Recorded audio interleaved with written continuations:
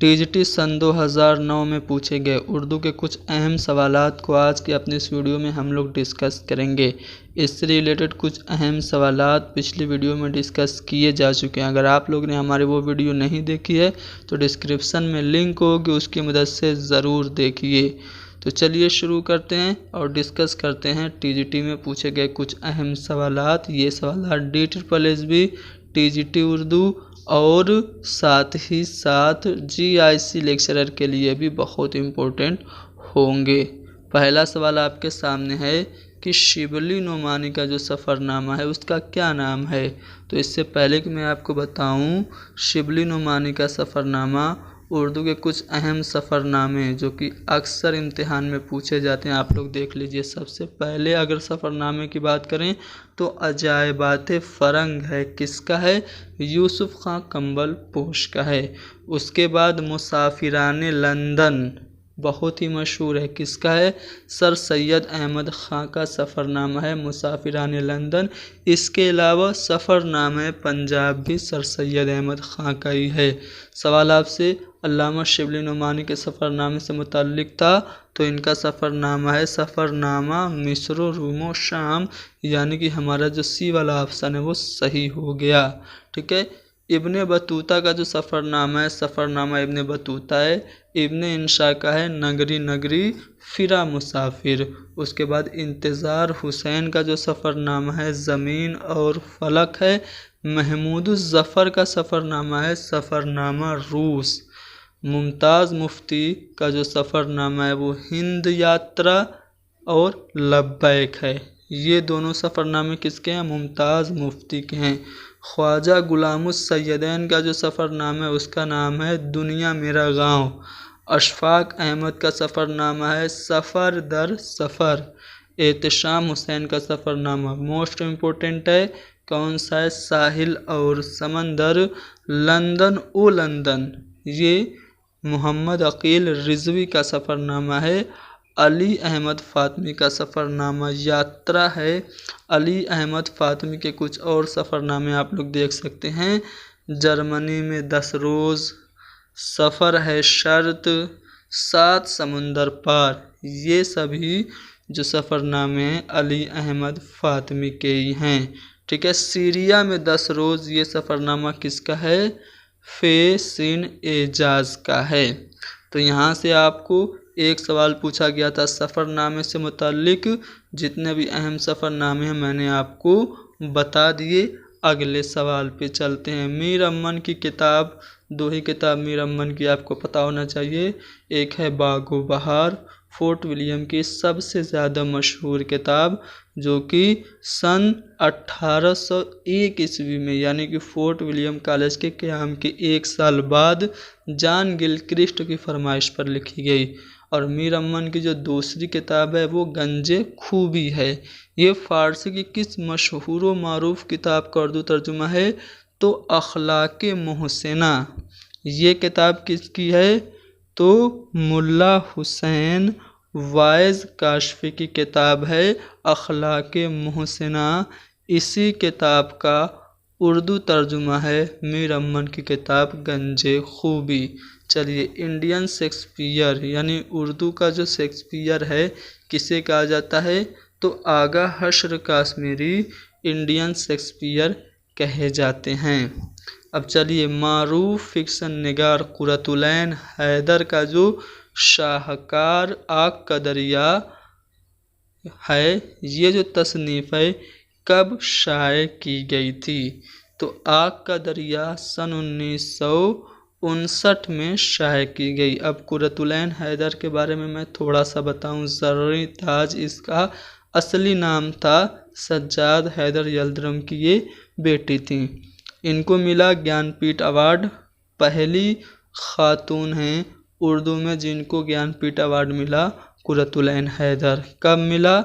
1989 में मिला। आखिरे शब के हमसफ़र, इस किताब के लिए इनको ये सम्मान मिला था। इसके अलावा साहित्य अकादमी पुरस्कार भी इनको सन 1967 में मिला। उसके बाद पद्मश्री और पद्म भूषण से भी इनको नवाजा गया। अब इनकी कुछ अहम तसानीफ़ की अगर मैं बात करूं तो मेरे भी सनम खाने, कारे जहां दराज है, रोशनी की रफ्तार, सफ़ीने ग़मे दिल, अगले जन्म मोहे बिटिया न कीजो, इनकी मशहूर तसानीफ़ हैं। चलिए अगले सवाल पे चलते हैं। ऐसी नज़्म जिसमें मिसरे तो बराबर होते हैं मगर काफ़िए की पाबंदी नहीं होती है, उसे क्या कहते हैं? नज़्म मुअर्रा कहते हैं। ठीक, अगले सवाल पे चलें। फंदे ये किसका अफसानवी मजमुआ है? फंदे क्या है? अफसानवी मजमुआ है। किसका? सादत हसन मंटू का। सादत हसन मंटू के कुछ अफसाने कौन कौन से हैं? तो नया कानून है, ठंडा गोश्त है, काली सलवार है, टूबा टेक सिंह है और बहुत सारे हैं। मंटू के एक अफसाने का नाम जो 4 मैंने बताया उसके अलावा आप लोग कमेंट करके बताइएगा। चलिए, बागो बहार को दास्तान के बजाय नाविल किसने कहा? तो उसलूब अहमद अंसारी ने बागो बहार को, जो कि मीर अमन की तसनीफ़ है, इसको दास्तान, ये तो है ही दास्तान, लेकिन उन्होंने दास्तान के बजाय नाविल कहा। किसने? उसलूब अहमद अंसारी ने। चलिए आगे बढ़ते हैं और अगले सवाल पे चलते हैं। इकबाल की जो तसनीफ़ है बाले जिब्रील, ये किस सन में शाये हुई थी? बाले जिब्रील जो शाये हुई वो सन 1935 में हुई थी। चलिए इकबाल की एक एक तसनीफ़ सभी लोग लिखिए, कुछ आप भी कीजिए। चलिए, दर्ज झेल में दिए गए शोरा के ज़माने के एतबार से कौन सी तरतीब दुरुस्त है? पहला ऑप्शन है दाग, मीर, गालिब, वली। वली का नाम पहले आना चाहिए था, बाद में, इसलिए ये वाला गलत है। ठीक है, अब देखिए किस में वली का नाम पहले है। ठीक है, तो वली मोहम्मद दकनी, उसके बाद मीर तकी मीर, उसके बाद गालिब और फिर दाग। ये जो तरतीब है बी वाली ऑप्शन में सही है। चलिए, खामियों को नज़रअंदाज करके सिर्फ महासिन को शद्दो मद के साथ किस तनकीद में अख्तियार किया जाता है? तो तासुराती जो तनकीद है उसमें खामियों को नज़रअंदाज कर दिया जाता है। चलिए, उर्दू का ज़ैल में सूफ़ी शायर आपको बताना है। सूफ़ी शायर, ये तो आसान सा सवाल है, इसका जवाब कोई गलत नहीं करेगा। ख्वाजा मीर दर्द ये सूफ़ी शायर हैं। फोर्ट विलियम कॉलेज का क़याम कब हुआ? तो अभी मैंने डिस्कशन में बताया था, सन 1800 ईस्वी में हुआ था।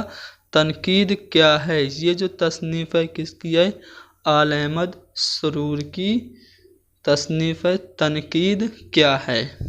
चलिए, मजनू गोरखपुरी का जो असल नाम था वो क्या था? अहमद सिद्दीकी था। किसने वली को उर्दू शायरी का बाबा आदम कहा? उर्दू का चासर वली दक्कनी को कहा जाता है।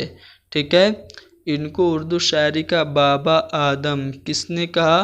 तो मोहम्मद हुसैन आज़ाद ने कहा। अब देखिए, एक सवाल पूछा जाता है कि वली दक्कनी का जो दीवान है वो दिल्ली कब आया था? तो सन 1917 में आया था। अगले सवाल पे चलते हैं। फोर्ट विलियम कॉलेज से मुतल्लिक एक और सवाल है। अब देखिए, फोर्ट विलियम कॉलेज कितना इम्पोर्टेंट है आप लोग अंदाज़ा लगा सकते हैं। 3 सवाल इस चैप्टर से पूछे गए हैं। एक दिन मैं फोर्ट विलियम कॉलेज से रिलेटेड वीडियो आप लोगों को अपलोड करा दूंगा, उस वीडियो को आप लोग देख लेंगे तो फोर्ट विलियम से वाबस्ता कोई भी सवाल आप गलत नहीं करेंगे।